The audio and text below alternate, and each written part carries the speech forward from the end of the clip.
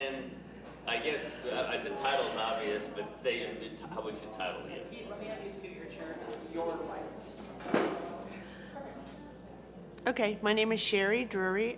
First name Sheri, last name Drewry, Drewry, and my maiden name is Staudinger, Staudinger.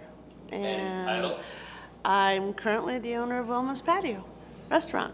So let's start probably even before Wilma's, but maybe not. How's the first connection for you or for your family to the Newport Peninsula? Well, Balboa Island, not the peninsula for my family, but apparently before. I was being broad. Most people, Yeah. it's right to. Yeah, well, before I was ever born, I'm kind of the late baby. I had two brothers, 8 and 11 years older, and when my brothers were little in the 50s, my parents used to come rent houses on the island on vacation because we were from Glendale. Everybody from Glendale, Pasadena, this was our beach. This was our community, at Newport Beach. And fast forward, when I was 13 years old, my parents decided we were going to move to Irvine. And they bought a big house in Irvine, but they didn't know the color scheme. Back then you picked all your colors and your tile and your carpet and all that, and they were like conflicted. So they decided to go to Balboa Island and have lunch and figure out what color scheme they were going to have in their brand new house. Well, they go to a place called Van's Belgian Waffles and had lunch. And my dad asked the owner if, 225 Marine Avenue. It's our first restaurant. And my dad asked them, "Is this restaurant for sale?" And the guy said yes. So they In the restaurant business or not? Your dad? my mom and dad a little bit, yeah. Had already been. Yeah, we had when I was my parents. I lived in Glendale my whole life. Until I was 10 years old. My parents came from Colorado and settled in Glendale. They'd been there since they got married, and they decided to move to Lake Tahoe and open a restaurant, which they were never in the restaurant industry. So at 10 years old, we moved to Tahoe, and at 13, we were back. That didn't last that long. So anyhow, so they went to the restaurant for lunch to figure out what colors and everything they were going to do. Van's Belgian Waffles, and ended up buying the restaurant right then and there at lunch. Yes, crazy. So then they drove back to Irvine and went from the biggest house to the smallest house because they weren't built yet, You were buying one of Capital to fund this whole. So then they come home and go, guess what we did? I'm 13. I'm junior high, right? And they go, we just bought a restaurant on Balboa Island, and I'm looking at them going, 1974, 5, right in there, and I'm like, I'd never heard of Balboa Island. I was the one that had never been here because they came with my brothers when they were little. But when I was a little older, we did different things then. So that was my first exposure. I remember driving over the bridge for the first time with my parents and thinking, oh, this is like magical. It's like Disneyland. This was the coolest place I'd ever seen. And I couldn't believe I'd never been here in my entire life, right? So my parents... People live here now, 25, 30 years, and don't go to... It's one way in, and it's easier. Yeah. Drive fast and... Yeah. So my parents, I remember we remodeled it ourselves. My brothers and myself and my parents. And it was interesting because when they had to dig up the flooring, and there was like layers of linoleum on top of each other and then tile under that, and sitting on buckets and hammers and chisels and getting... So we got to the point where there was a plumbing issue and they had to dig up. They actually found in the restaurant a pump that had been part of a gas station. At the island. So at one point, there had to have been a gas station at 225 Marine. There's a lot of old history. A lot of things have happened over the years, So that's the building that eventually became Wilma's Patio. My mom and dad, they opened it as a different restaurant in the 70s. They were trying to copy the idea of back then. That's when Carl's Jr. started.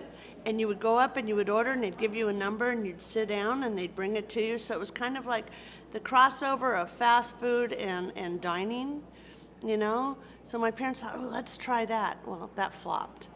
Balboa Island did not want So that. renamed it Wilma's Patio from day one? No, that was called, my mom had this stupid affinity for the word patio, drives me nuts still. But she called it the patio because it had a big patio area and trees growing and But it wasn't that. It was, no, it was right over here. And so it's currently for sale. They just, the people just moved out. What is it now? Nothing, it's No, vacant. It was, It was a store called Tango Rose. gotcha. So, So then you, about 10 years later, moved over to so the my, current- well, what happened was, so my parents, so we opened the patio, it didn't work, so they leased it out. Back to Glendale we go. I got to graduate high school with the people I ended up going to kindergarten with, but moving all over the place in the middle. And then right after that, my parents, the people they had leased it to, gave up the lease. So they decided, let's try it one more time.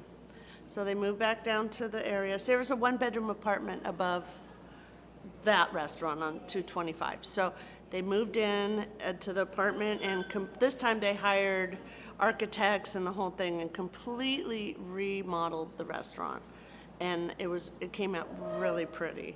So they opened that in the 1982 September. Wilma's Patio, named at the architect named it. He thought that my mom hated her name. Whoa, Flintstones.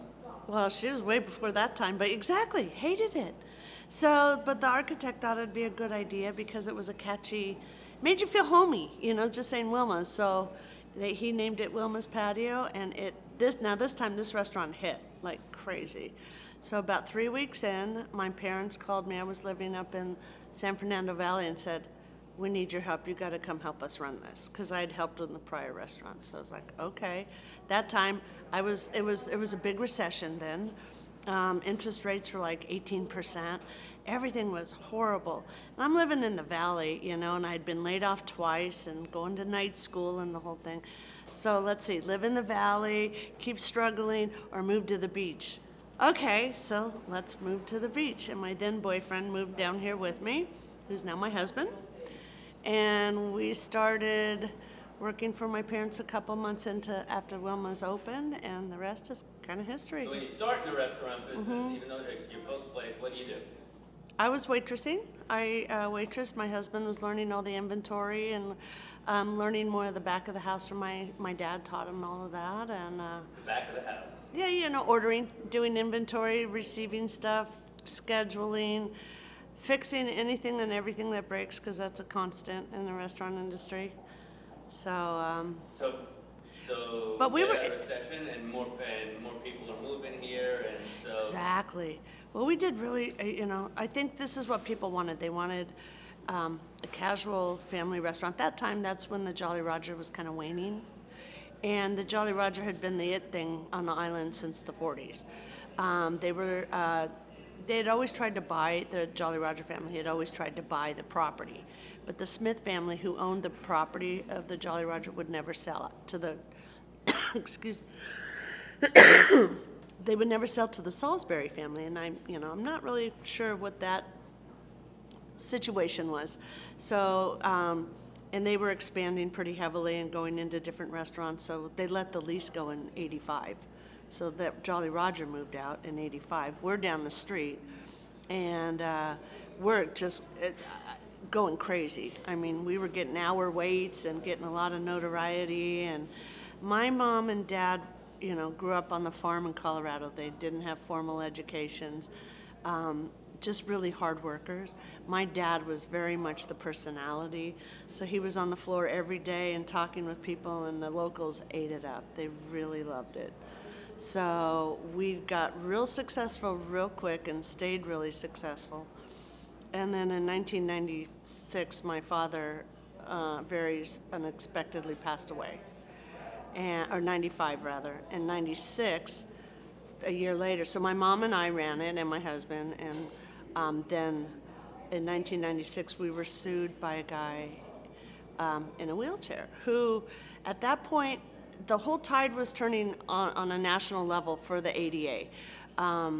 They had passed the new Americans with Disabilities Act, but what they didn't do is define the law, and they allowed the law to be defined through lawsuits.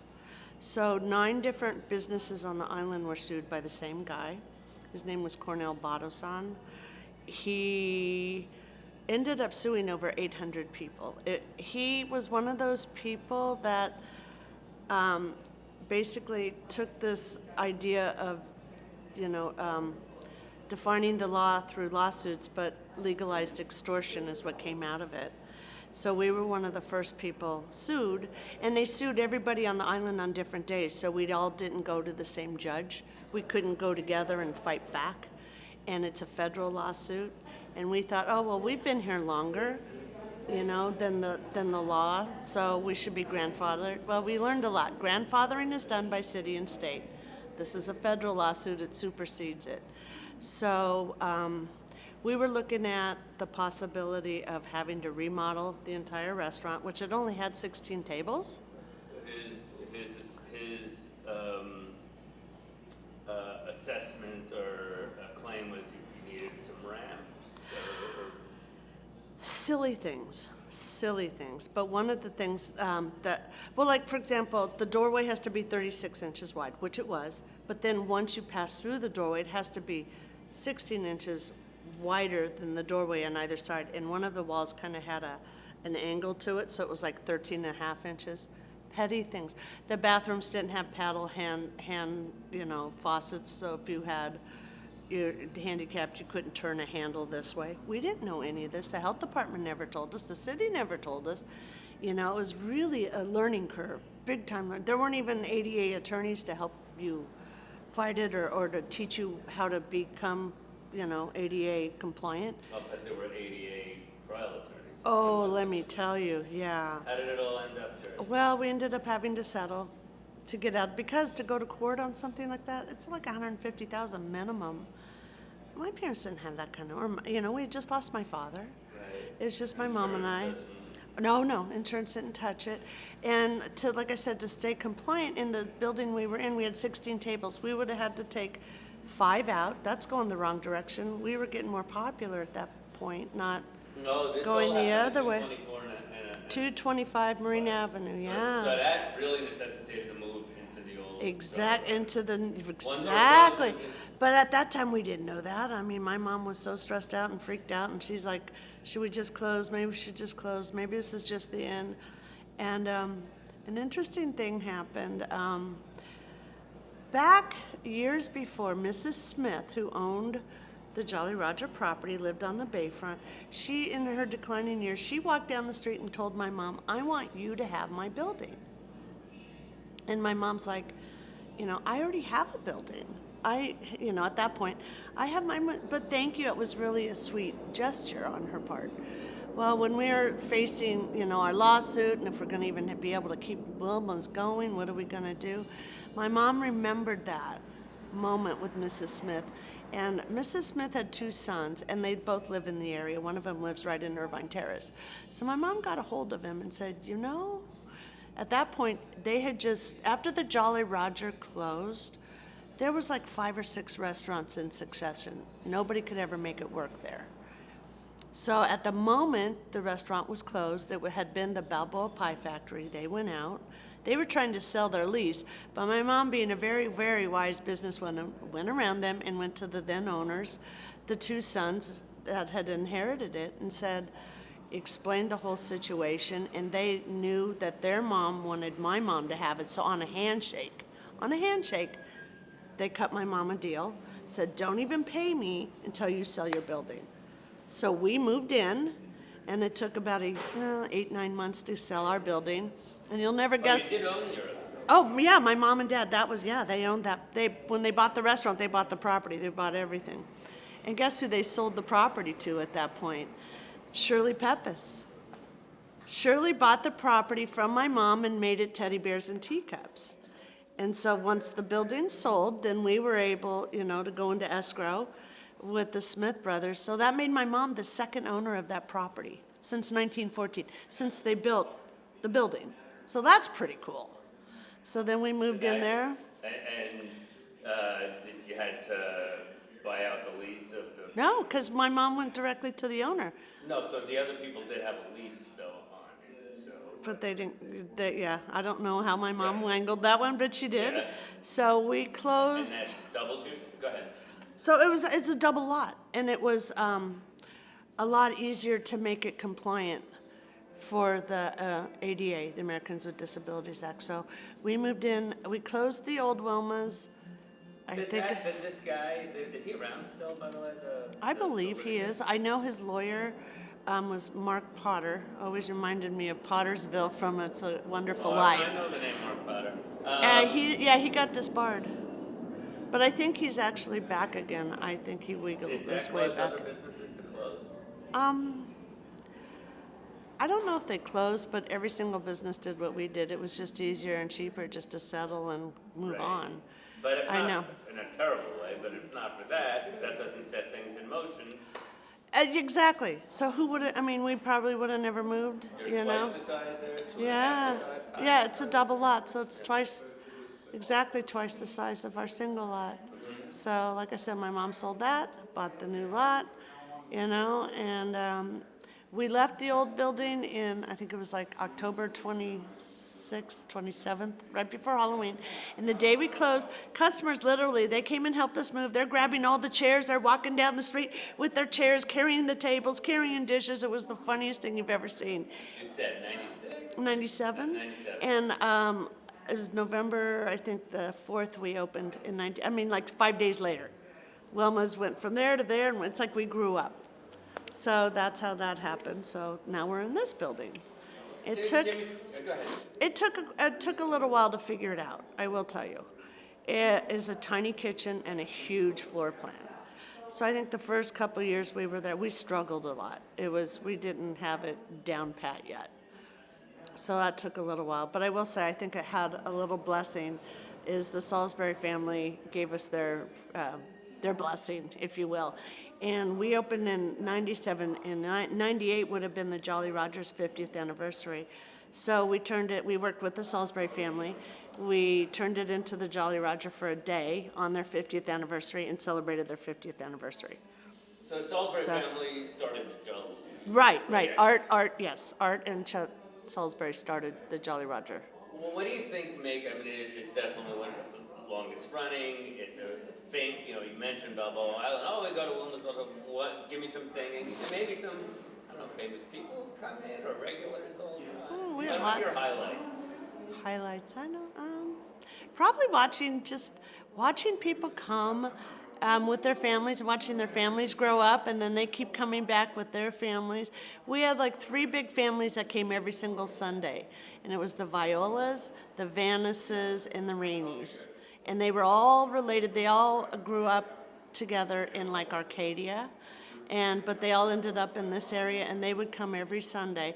And they would be like a party of 8 with their parents and their kids. And now they're like a party of 36 and they all still come, just not every single Sunday like they used to. But so that's kind of fun, watching everybody grow up. And I've seen a lot of that in the 37 years we've been open. Well, you have a lot of long-time employees. Oh my gosh. Well, one of our original employees is still my cook. He's there today.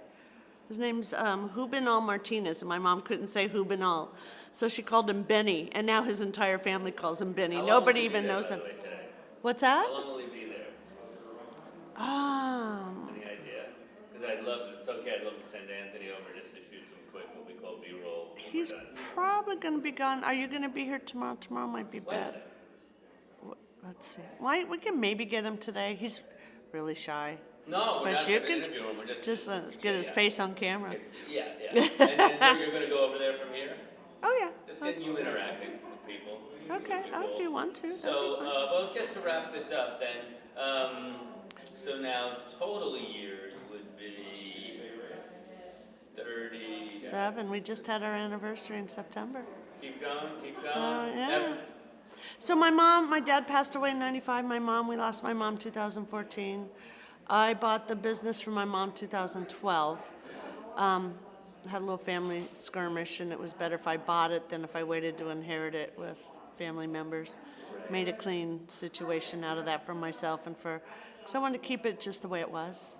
And everybody else had different ideas, So So my husband, he had left for a while and did his own thing. And then when I bought the business, he came back. And then when my mom passed away, we bought the property. So I'm the third owner in 100 and what? So it was built in 14. So 105 years, it's had 3 owners. That's pretty crazy. That's really it's gotta crazy. be one of the first businesses, certainly, business buildings to be. I would imagine it's got to be one of the first ones that's still standing. I don't know about Hershey's, but they're being completely gutted and remodeled right Well, now. it says since So- 1929, so I can't imagine the building. And then was you there have the that Village Inn. But for me, in my opinion, I think I have one of the most iconic buildings in Newport.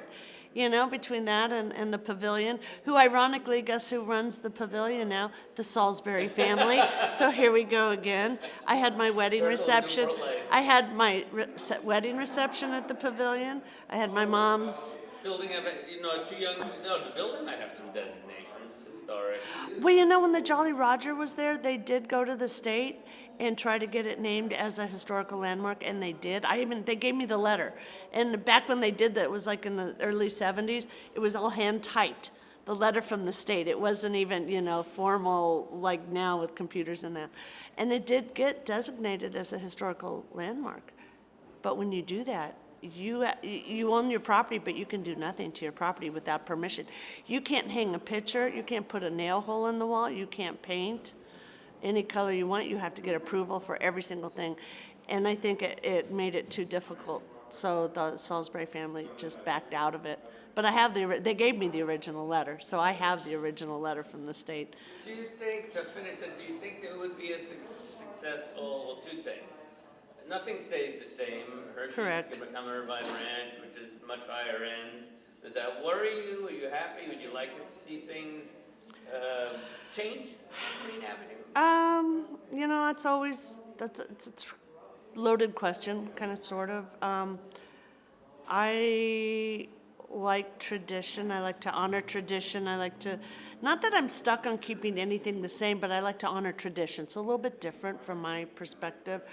There's a lot of upgrading that the island needs right now, and I know a lot of people are fighting it, but they're fighting it for all the wrong reasons. They think it's going to completely, drastically change, and it won't, because there's too much that people want to keep, charming and quaint. So I don't think we'll ever lose that, but there's, we need some new sidewalks, we need some new light poles. I personally would love to see, like, the little lights going across the street like they used to have in the 50s. I have a picture of the street in the 50s where they would deck it out for Christmas, and they would have the lighting things go down the street. So, now you have taller trucks, so we'd have to, we're working on some ideas with the city, hopefully, that we can maybe get some swag lighting going down the street, make it even more quaint. But, current but quaint, there's a happy medium there.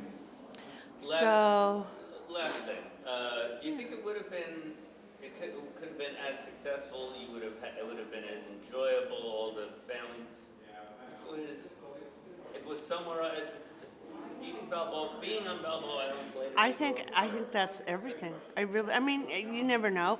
My parents have had other restaurants. Like I said, they had one in Tahoe City, which is a nice, small, quaint town, in Lake Tahoe, which is absolutely, it's God's country. It's beautiful. But there's something magic. There's magic down here. I don't know how to explain it. So I think when my parents came, what they started, how they started it was the perfect storm almost, it just hit. So with that, I don't want to change things a lot. Like I said, we had a lot of the same employees. I have employees, other than my cook.